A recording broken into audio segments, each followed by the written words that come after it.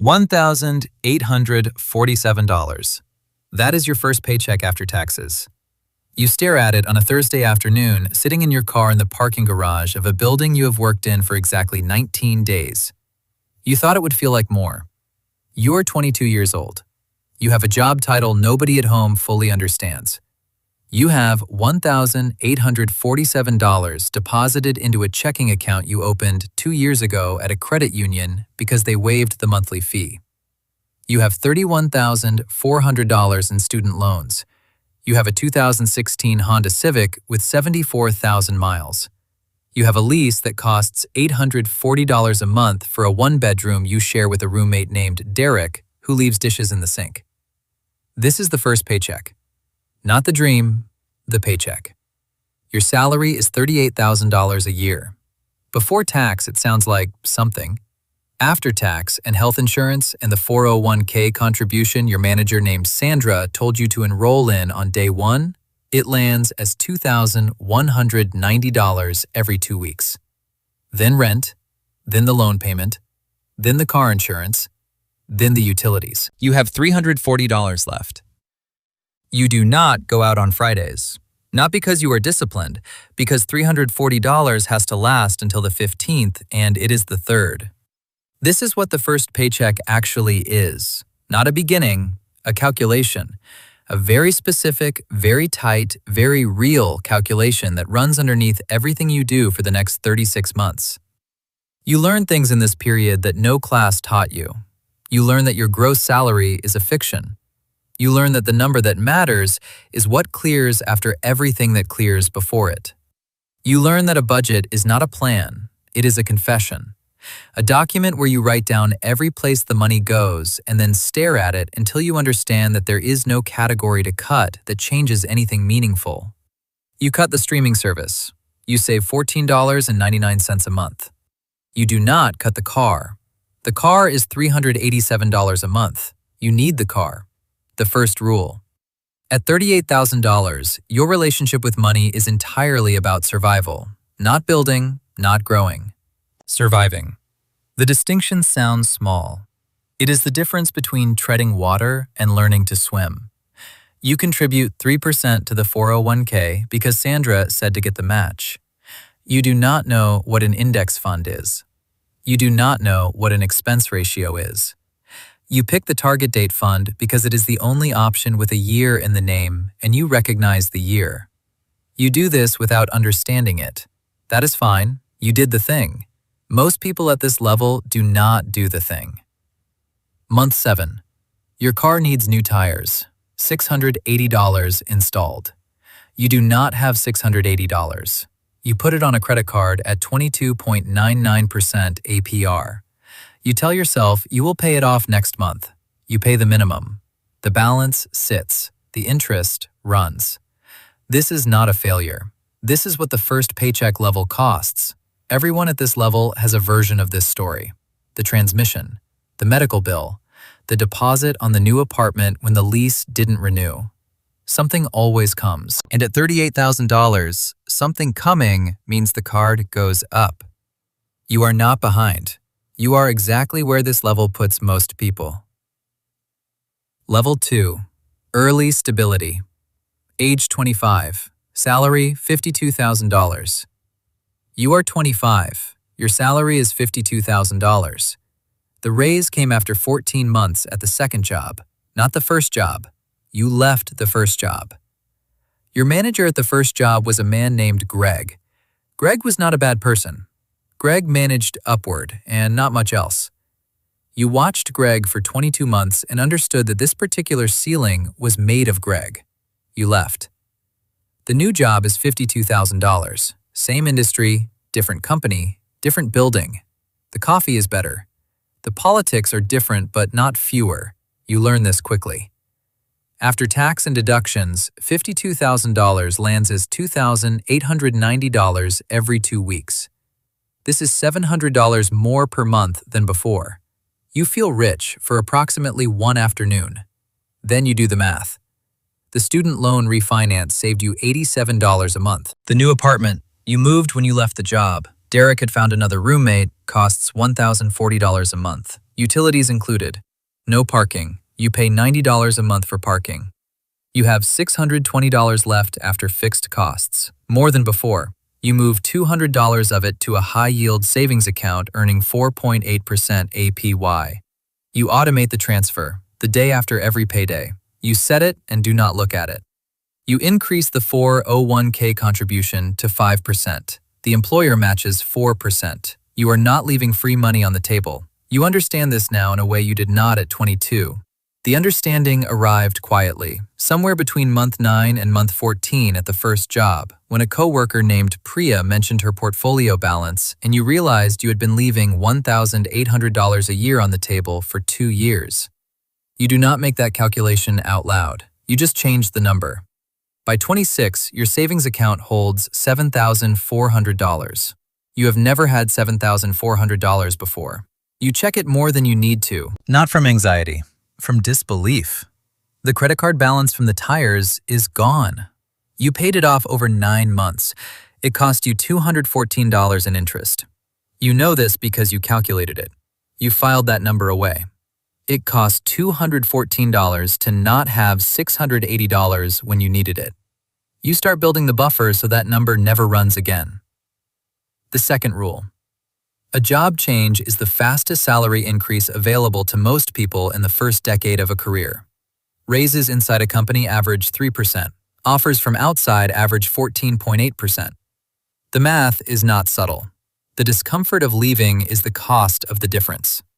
You are becoming someone who does the math and then acts on it. That is a different kind of person than you were at 22. Level 3. The Plateau. Age 29. Salary $74,000. You are 29. Your salary is $74,000. You have been promoted twice. Your title has the word senior in it. You manage 2 people. One of them, a 23-year-old named Marcus, reminds you of yourself in a way that is uncomfortable to look at directly. You tell Marcus what Sandra told you on day 1, get the match. He writes it down. You do not know if he does it. You hope he does. Your take-home after deductions is $4,180 a month. Your fixed costs are $2,640. You save $800 a month automatically. The 401k now holds $34,200. The savings account holds $18,600. You feel, by most measures, fine, stable, making progress, doing what you were told to do. And then, on a Wednesday night at 11:14 p.m., you open a spreadsheet and you run the numbers honestly, all the way out. You type in your current salary. You add 3% annually for raises. You model 35 more years of this exact path. The number at the end is $1.4 million in retirement savings. You stare at it. It is enough. It is not what you thought. Not because $1.4 million is small, because you have been working at this for 7 years, and the honest projection of the next 35 produces a number that lands as fine, comfortable, enough. Not what you thought enough meant when you were 22. This is the plateau. Not a failure, not a crisis, a very specific, very quiet realization that the path you are on leads somewhere real and somewhere smaller than the version in your head. The third rule. A salary is a ceiling dressed up as a floor. The moment you can see it clearly, you cannot unsee it. You close the spreadsheet. You open it again the next morning. The numbers have not changed. You start paying attention to different things. You notice that your manager's manager, a woman named Diane, makes decisions differently than anyone else in the room. She does not have more information than the others. She has a different frame. She sees the same meeting and asks the question that makes the room go quiet. You start studying Diane the way you once studied the target date fund. Not from admiration, from information. You take a course, not the company's mandatory training, a real course, financial modeling, 6 weeks, $840. You pay for it yourself. The company has a reimbursement policy. You do not wait for the reimbursement policy. You pay and you learn and you submit the receipt later. The reimbursement takes 11 weeks. It arrives, you put it in the savings account. Level 4, the leverage point. Age 33. Salary $96,000. You are 33, your salary is $96,000. You did not get here by staying. You stayed at the last company for 4 years and left when the offer came in at $88,000. Then you negotiated. You had never negotiated before. Your palms were wet. You said the number anyway. They came up to $91,000. You asked again. They came to $96,000 and said that was the ceiling. You took it. You think about that conversation often. Your take-home is $5,340 a month. You max the 401k, $23,000 a year. Your employer adds $3,840. The 401k now holds $89,400. The savings account holds $31,000. You opened a taxable brokerage account at $31,000. It holds $22,700. Total invested, $143,100. You run the projection again. The number at the end is different now, not because the salary changed dramatically, because the contribution rate changed, because the time in the market changed, because you stopped leaving money on the table at 25 and the compounding has been running for 8 years. $143,100 at 7% real return over 22 more years becomes $607,000 without adding another dollar. You are going to add dollars, consistently, for 22 more years. The number at the end of that path is $2.1 million. You sit with that for a while. Then you get up and go back to work because $2.1 million in 22 years is not the same as options right now. And you have started wanting options. The shift. You stop thinking about your career as a ladder. You start thinking about it as a portfolio, skills that compound, relationships that open rooms, knowledge that makes you useful in conversations that haven't happened yet. You start a side project. You do not call it a business. It is a thing you do on Saturday mornings before anyone else is awake. It makes $400 in month 1, $900 in month 4, $1,700 in month 7. You reinvest everything back into it. You do not upgrade anything. You do not tell your employer. You do not tell most people. You eat the same lunches. You drive the same car. Level 5. The shift. Age 38. Salary $140,000 plus $3,200 per month from the side business. You are 38. Your base salary is $140,000. You are a director now.